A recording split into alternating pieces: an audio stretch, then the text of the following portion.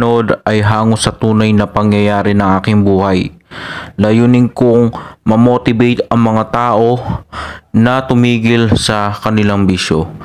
Sa mga nabaon sa utang, na-depress sa buhay, at sa mga kabataang nalulubog pa hanggang sa ngayon. Ang sabong ay isang therapy o relaxation ng isang tao. Hindi ko hinihikayat ang lahat na tumigil sa kanilang bisyo. Tanging disiplina lamang at kontrol sa sarili ang kailangan. Maraming salamat. Balik tayo. So yun na, nabura yung video natin na community guidelines. Bawal yung yung ganong mga video pala.